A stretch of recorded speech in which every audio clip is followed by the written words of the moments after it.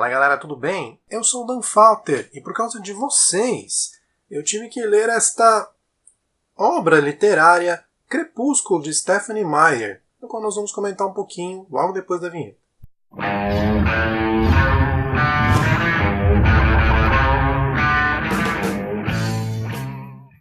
E antes de eu falar o que eu achei sobre Crepúsculo, é hora de vocês me ajudarem a escolher a leitura de agosto aqui no Desinformados. Só que para esse mês eu não preparei nenhuma presepada para mim mesmo. Todos os livros que estão aqui são porque eu gosto ou porque eu acredito que vou gostar. Tá? E o primeiro deles é um grande clássico da literatura mundial, que é O Homem Invisível, do H.G. Wells. Eu consegui esse livro numa promoção na Amazon, ele estava de graça nesse Amazon Classics aqui, ele está em inglês. Então, se você quer que eu leia O Homem Invisível, pode ir nessa opção. E a segunda opção de leitura para o mês de agosto é da nossa queridíssima Agatha Christie, com 100 gramas de centeio. Nesse livro aqui nós temos um caso de envenenamento. E quem vai ter que resolver o caso é a Miss Marple. Vocês devem estar acostumados a ouvir falar de Agatha Christie com o Hercule Poirot, mas muitos de vocês talvez não saibam, ela tem também uma detetive, uma senhora chamada Miss Marple, e que resolve alguns dos casos. Se você quer saber o que eu achei dessa obra, vote em 100 gramas de centeio de Agatha Christie. E como sempre, não poderia faltar uma opção nacional na nossa eleição. E o livro escolhido foi um clássico da literatura infanto-juvenil nacional, Corrida Infernal, do Marcos Rey, da saudosa coleção Vagalume. Nesse livro aqui, nós temos uma desesperada corrida atrás de uma boneca que tem uma joia dentro. É aquele clássico livro de literatura infanto-juvenil, com letras grandes, com ilustrações, como vocês podem ver. Então, se vocês querem que eu tenha um momento nostálgico, vote em Corrida Infernal, do Marcos Rey. Lembre-se que para votar é muito fácil, você só precisa clicar no botãozinho branco, que parece um i, e que está aparecendo mais ou menos aqui na sua tela. Se o botão não está aparecendo, você está no celular ou no tablet, toque na sua tela e o botão vai aparecer. Tá? Depois disso, é só deixar o seu voto e ajudar a gente a escolher o livro do mês. Crepúsculo, da Stephenie Meyer, foi um dos grandes sucessos da década passada e responsável aí por trazer muitas pessoas ao mundo da leitura. O livro também foi adaptado para os cinemas e é envolto por muitas polêmicas, já que existe uma grande gama de adoradores e, assim como há também uma grande gama de pessoas que odeiam o filme, odeiam o livro. Muitas dessas pessoas provavelmente nem leram o livro. E é por causa disso que eu resolvi fazer a leitura. Não apenas porque vocês votaram, mas porque eu queria ter uma opinião sobre o livro. Então, já fique sabendo que esse vídeo aqui vai conter spoilers. Então, se você não leu o livro ou não assistiu o filme, o que eu acho bem difícil, já que praticamente todo mundo conhece essa história, então pare o vídeo agora. Mas antes, deixa o seu joinha aí, compartilha o vídeo, se inscreve no canal, assim você ajuda a gente. O canal ainda é pequenininho, mas você pode ajudar a gente a crescer. Então, a sua curtida, o seu comentário é muito importante. Tá? Então lembre-se, vamos falar do livro com spoilers. E como todo mundo já deve estar careca de saber, Crepúsculo narra a história de Bella, diminutivo para Isabela, uma adolescente que morava em Phoenix com a mãe, e devido à vida pessoal dessa mãe, que precisa viajar pelo país, ela resolve se mudar de volta para Forks, uma cidadezinha lá no interior do estado de Washington, perto da cidade de Seattle, onde o pai dela mora.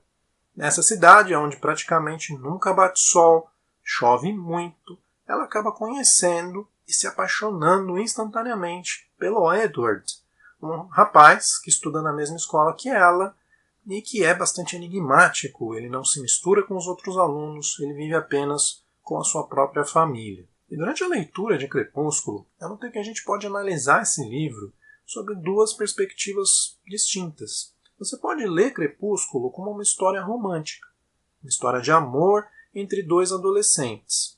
Ou você pode ler Crepúsculo como uma fantasia. E, dependendo de como você olha essa história, você pode chegar a conclusões completamente diferentes. E isso me ajudou a entender um dos possíveis motivos do porquê tanta gente adora Crepúsculo, enquanto tanta gente odeia Crepúsculo. Analisando Crepúsculo pelo lado romântico da obra, a Stephenie Meyer consegue entregar aqui aquilo que é normalmente impossível na vida real, que é a pessoa perfeita. Todos nós procuramos pela pessoa perfeita, maravilhosa, que anda, flutua sobre as nuvens. Mas a gente sabe que isso não existe, as pessoas são falhas. Mas a Stephenie Meyer deu um jeitinho aqui.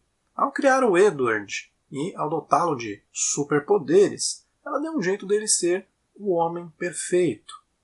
Ele é lindo, ele é charmoso, ele é forte, ele é rápido e ele é imortal.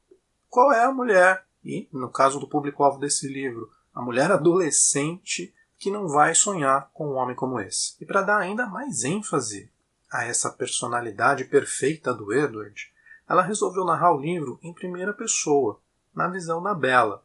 E ela resolveu dotar essa personagem de zero autoestima. A Bella se acha a mulher mais feia do mundo, ela se acha desastrada, ela vive em depressão. Então, quando ela conhece o Edward e vê que ele é essa pessoa perfeita, ela entende que ele é a única solução para ela, já que ela se considera um lixo. Apesar disso, a gente vê durante a história que praticamente todos os homens se interessam pela Bella, inclusive o próprio Edward. Então, apesar dela ter uma autoestima muito ruim, dela não se achar interessante, por algum motivo que não é claro no livro, já que a própria Bella narra a obra, a gente não consegue nem saber o quanto ela é bonita, o quanto ela é inteligente, a gente tem apenas a visão pessimista dela, mas a gente vê que ela, por algum motivo, é bastante interessante.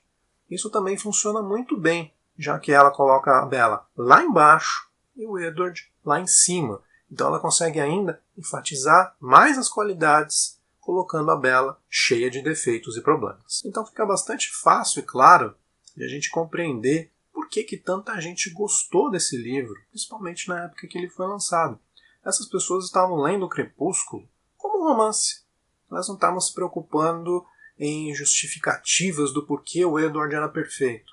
Para elas, era isso. Para essas pessoas que gostaram, era o sonho dessa pessoa ideal que todo mundo um dia quer encontrar e que, para o público adolescente, é ainda uma realidade bastante plausível. Vamos agora analisar Crepúsculo como um livro de fantasia. E os problemas vão começar na escolha que a Stephenie Meyer fez de criatura para a história dela, que foi o vampiro. Nos primeiros capítulos da obra, eu estava bastante intrigado, porque eu não estava encontrando nenhum problema com esses vampiros. Pelo contrário, eles pareciam bastante fiéis ao mito bastante conhecido. Eles não se alimentavam de comida, eles evitavam o sol a todo custo, eles apresentavam alguns superpoderes ali meio que na miúda, eles eram extremamente pálidos, brancos, então tudo parecia muito bem caracterizado. Mas mais ou menos depois do primeiro terço do livro é que a coisa começa a ficar complicada. Eu não estou querendo aqui cagar regra de como um vampiro deve ser, mas, baseado em tantas histórias que já foram feitas, existem mais ou menos algumas características que os vampiros devem ter.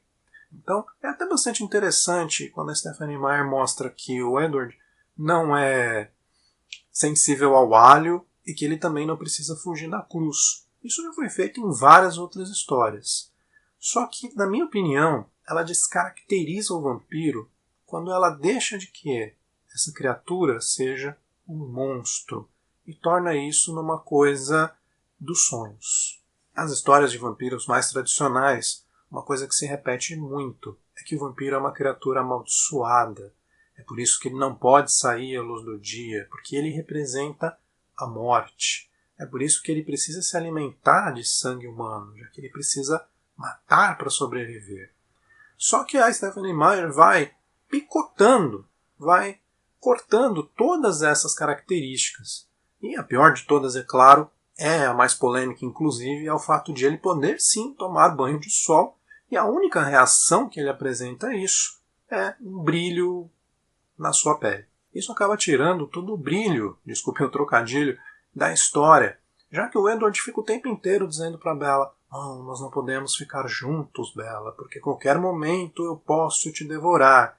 Só que ela foi mostrando que esse cara e a família dele, eles têm um autocontrole tão grande sobre esse lado animal, eles são tão civilizados, que em nenhum momento a gente acredita que a Bella corra um perigo real. Mesmo lá no final do livro, quando outros vampiros chegam e sabe-se a Deus por que resolvem caçar a Bella e ela acaba inclusive se machucando, né, nesse embate final, em nenhum momento a gente consegue comprar essa ideia de que ela corre perigo. Ela inclusive não compra essa ideia, tanto que ela fica falando pro Edward que não, olha, eu gostei tanto disso daí que vocês são, que eu quero ser também. Então, acho que esse foi o grande problema da parte fantástica da obra. A Stephenie Meyer corrompeu o vampiro como um monstro e transformou num super-herói. Então, se você olhar o monstro, é aquilo que a gente não quer ser, é aquilo que a gente encara como uma maldição. Né? A imortalidade do vampiro é um castigo. Mas, no Crepúsculo, isso é transformado em prêmio. Então, como obra de fantasia e como obra especificamente de vampiro, eu diria que Crepúsculo falha e falha miseravelmente.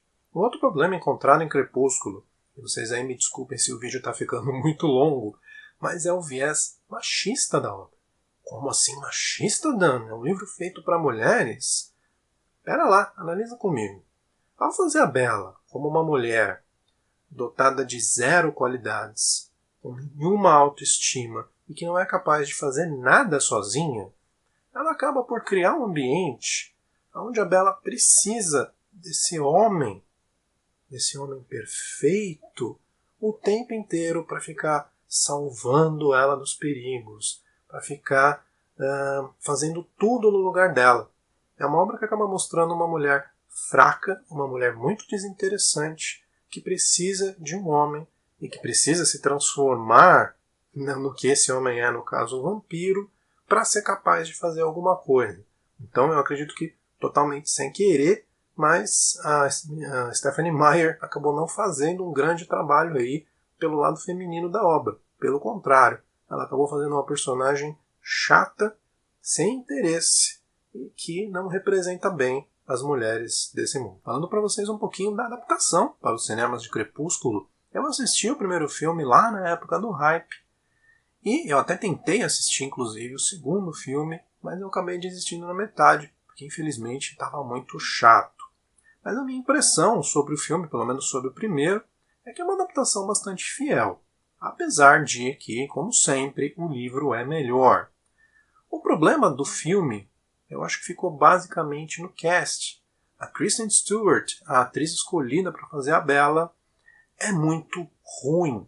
Então, apesar da Bella ser uma personagem, bastante chata, bastante desinteressante, a atuação horrorosa da atriz deixa tudo muito pior. Em vez de a gente ficar com pena da personagem, ou de a gente ter alguma empatia com ela, como pode acontecer com o livro, a gente acaba ficando com raiva dela. A outra escolha, que é o Robert Pattinson, ela também não me agrada muito, porque no livro o Edward é descrito como um cara muito grande, muito forte. Então, ao ler o livro, eu estava imaginando o Edward como o Daniel Craig, o 007, aquele cara enorme. E de repente no filme eles colocam aquele cara meio esguio. Ele até é forte, ele até é alto, mas eu acho que ele não é tão grande quanto o Edward parece ser no livro. Então, acho que isso, somado àquelas cenas de vampiros brilhando e a parte fantástica bastante maltratada, fazem com que o livro fique bastante abaixo da média. Então, se o livro é de certa forma suportável, o filme é duro de engolir. E a minha nota para Crepúsculo, eu vou ter que fazer de um jeito diferente aqui. Eu vou ter que dar 2 notas e tirar a média.